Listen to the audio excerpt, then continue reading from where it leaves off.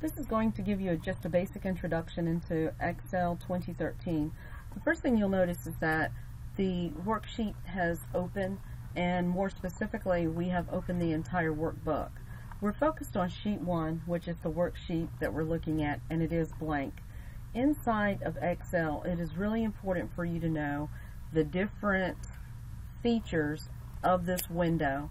And with that being said, in order to get started, if you decided that you wanted to select an entire column, the first thing you would do is move your mouse over the column letter here at the top, and you would click. When you do that, you'll notice that you get this thick outline, which is a green border, and it is centered around the selected cells. In addition to that, if I wanted to select J, it would select the entire column for J, and again, this is the vertical type of setup. When it comes to row headers, let's say that you want to select an entire row. If I wanted to select the row number 3, I can move my mouse over the 3 number, and when I click it, it selects every single cell horizontally for row header number 3. The same would apply to 10, 20, or any other number that I randomly choose to select. The other thing that you'll notice is that if I decided to click in column C, row number 6, the first thing is C will actually intersect with row 6. And when I click on this particular area, you'll notice that column header C is gray and row header 6 is also gray. Furthermore, if I were to look in this section and hover my mouse here, I can see that the key badge tip is pointing out that this is called the name box, and it is also referencing the selected cell, or the cell that is currently active in the sheet.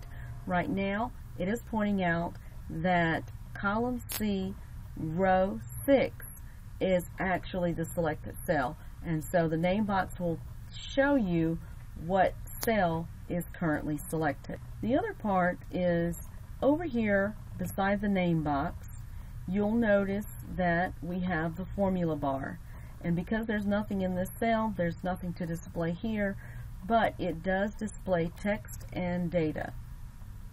So if I were to type in temp, you'll notice that the text appears inside of the formula bar. If I were to click here, you'll notice that I am in column E, row header 6.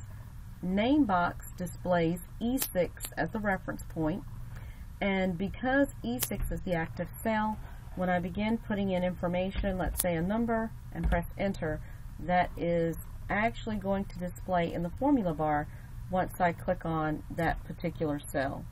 When I look at the bottom of this particular workbook, I can see that I'm looking at sheet 1. Here I also notice that there is a plus sign, and what it will allow me to do is to add a new sheet.